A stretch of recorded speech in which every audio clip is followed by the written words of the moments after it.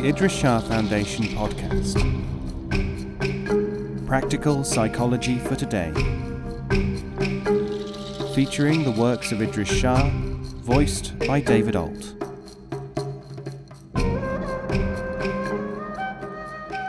Welcome to the Idries Shah Foundation podcast. The Tale of Mushkil Gusha. Once upon a time, not 1,000 miles from here, there lived a poor old woodcutter who was a widower and his little daughter. Every day he used to go into the mountains to cut firewood, which he brought home and tied into bundles. Then he used to have breakfast and walk into the nearest town, where he would sell his wood and rest for a time before returning home. One day, when he reached home very late, the girl said to him, "Father, I sometimes wish that we could have some nicer food and more and different kinds of things to eat." "Very well, my child," said the old man. "Tomorrow I shall get up much earlier than I usually do. I shall go further into the mountains where there is more wood, and I shall bring back a much larger quantity than usual. I will get home earlier, and I will be able to bundle the wood sooner, and I will go into town and sell it so that we can have more money, and I shall bring you back all kinds of nice things to eat." The next morning, the woodcutter rose before dawn and went into the mountains. He worked very hard cutting wood and trimming it and made it into a huge bundle which he carried on his back to his little house. When he got home, it was still very early. He put his load of wood down and knocked on the door, saying, "Daughter, daughter, open the door, for I am hungry and thirsty and I need a meal before I go to market." But the door was locked. The woodcutter was so tired that he lay down and was soon fast asleep beside his bundle. The little girl, having forgotten all about their conversation the night before, was fast asleep in bed. When he woke up a few hours later, the sun was high. The woodcutter knocked on the door again and said, "Daughter, daughter, come quickly. I must have a little food and go to market to sell the wood, for it is already much later than my usual time of starting." But, having forgotten all about the conversation, the little girl had meanwhile got up, tidied the house, and gone out for a walk. She had locked the door, assuming in her forgetfulness that her father was still in the town. So the woodcutter thought to himself, "It is now rather late to go into the town. I will therefore return to the mountains and cut another bundle of wood, which I will bring home, and tomorrow I will take a double load to market."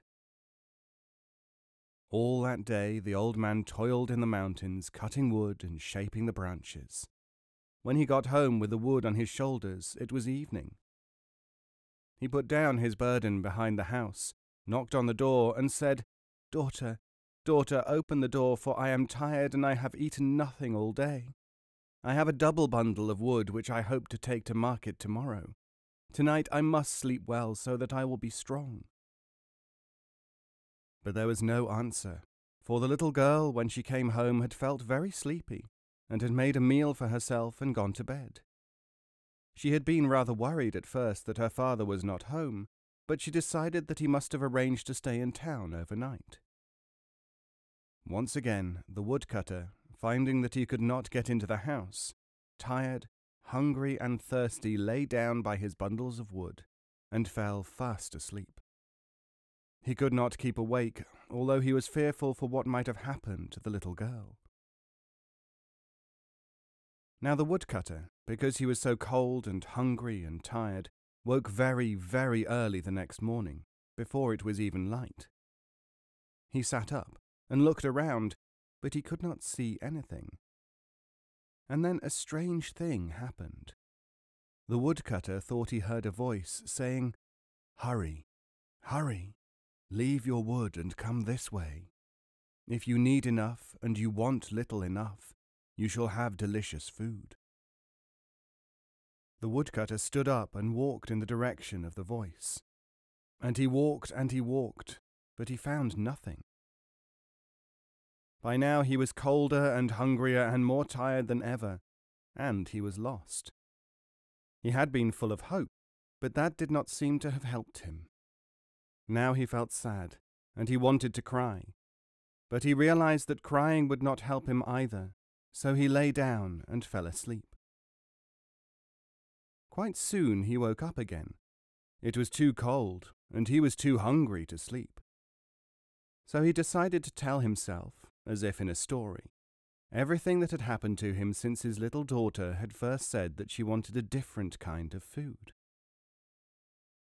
As soon as he had finished his story, he thought he heard another voice saying, somewhere above him, out of the dawn, "Old man, what are you doing sitting there?" "I am telling myself my own story," said the woodcutter. "And what is that?" said the voice.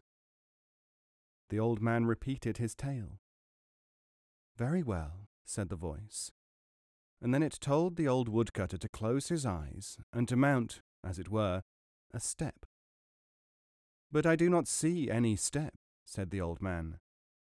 "Never mind, but do as I say," said the voice. The old man did as he was told. As soon as he had closed his eyes, he found that he was standing up, and as he raised his right foot, he felt that there was something like a step under it. He started to ascend what seemed to be a staircase. Suddenly the whole flight of steps started to move very fast, and the voice said, "Do not open your eyes until I tell you to do so." In a very short time, the voice told the old man to open his eyes. When he did, he found that he was in a place which looked rather like a desert, with the sun beating down on him. He was surrounded by masses and masses of pebbles, pebbles of all colours, red, green, blue, and white. But he seemed to be alone.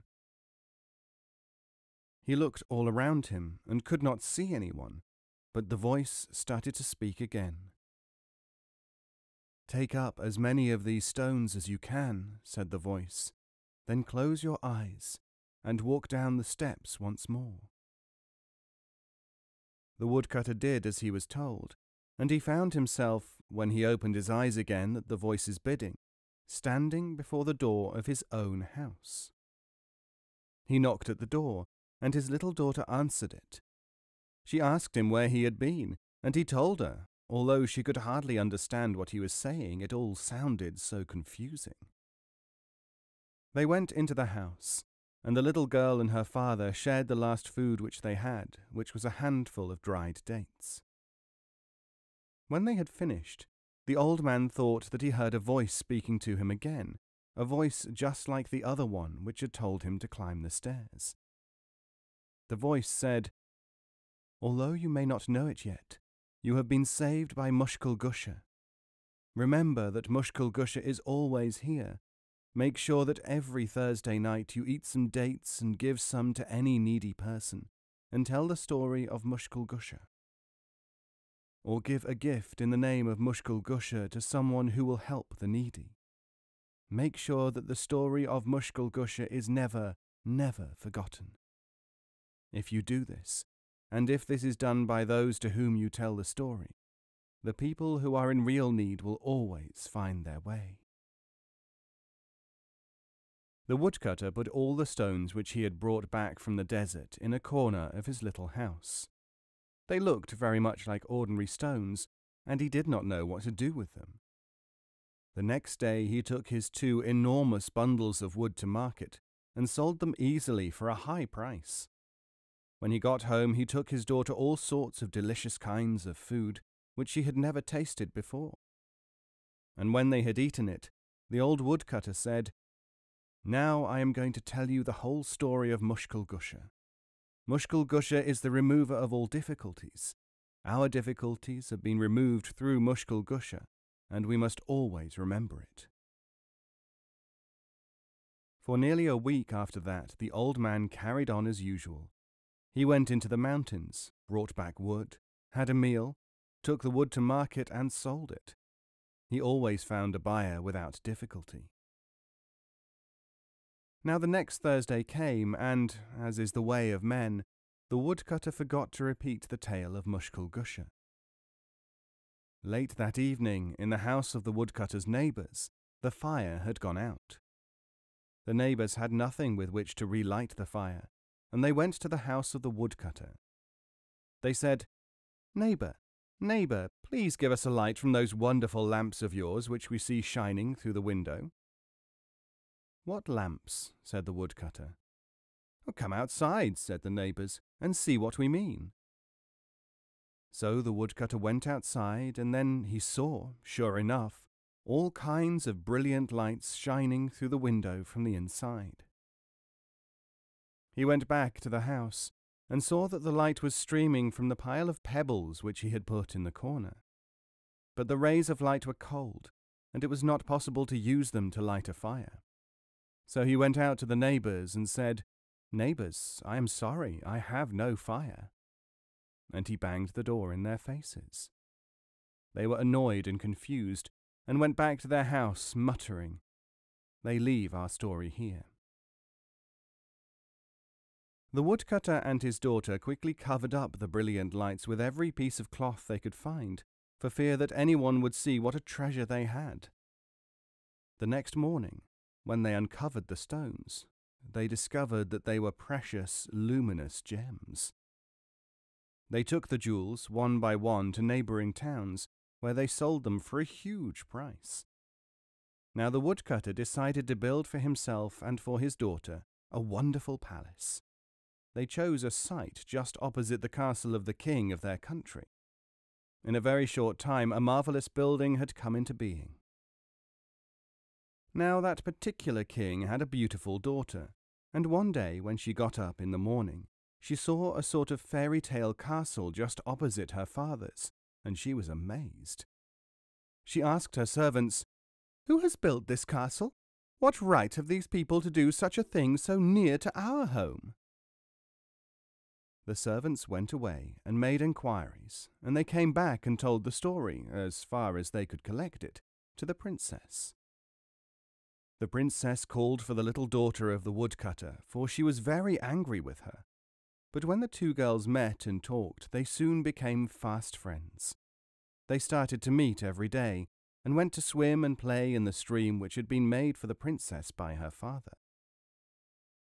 A few days after they first met, the princess took off a beautiful and valuable necklace and hung it up on a tree just beside the stream. She forgot to take it down when they came out of the water, and when she got home she thought that it must have been lost. The princess thought a little and then decided that the daughter of the woodcutter had stolen her necklace. So she told her father, and he had the woodcutter arrested. He confiscated the castle and declared forfeit everything that the woodcutter had. The old man was thrown into prison, and the daughter was put into an orphanage. As was the custom in that country, after a period of time the woodcutter was taken from the dungeon and put in the public square, chained to a post, with a sign around his neck. On the sign was written, "This is what happens to those who steal from kings." At first people gathered around him and jeered and threw things at him. He was most unhappy. But quite soon, as is the way of men, everyone became used to the sight of the old man sitting there by his post, and took very little notice of him. Sometimes people threw him scraps of food, sometimes they did not. One day he overheard somebody saying that it was Thursday afternoon. Suddenly the thought came into his mind that it would soon be the evening of Mushkul Gusha, the remover of all difficulties, and that he had forgotten to commemorate him for so many days. No sooner had this thought come into his head than a charitable man, passing by, threw him a tiny coin. The woodcutter called out, "Generous friend, you have given me money which is of no use to me. If, however, your kindness could extend to buying 1 or 2 dates and coming and sitting and eating them with me, I would be eternally grateful to you." The other man went and bought a few dates, and they sat and ate them together. When they had finished, the woodcutter told the other man the story of Mushkul Gusha. "I think you must be mad," said the generous man. But he was a kindly person who himself had many difficulties. When he arrived home after this incident, he found that all his problems had disappeared, and that made him start to think a great deal about Mushkul Gusha. But he leaves our story here. The very next morning the princess went back to her bathing place. As she was about to go into the water, she saw what looked like her necklace down at the bottom of the stream. As she was going to dive in to try to get it back, she happened to sneeze. Her head went up, and she saw that what she had thought was the necklace was only its reflection in the water. It was hanging on the bough of a tree where she had left it such a long time before. Taking the necklace down, the princess ran excitedly to her father and told him what had happened. The king gave orders for the woodcutter to be released and given a public apology. The little girl was brought back from the orphanage, and everyone lived happily ever after. These are some of the incidents in the story of Mushkul Gusha. It is a very long tale, and it is never ended. It has many forms. Some of them are even not called the story of Mushkul Gusha at all, so people do not recognize it. But it is because of Mushkul Gusha that his story, in whatever form, is remembered by somebody, somewhere in the world, day and night, wherever there are people. As his story had always been recited, so it will always continue to be told.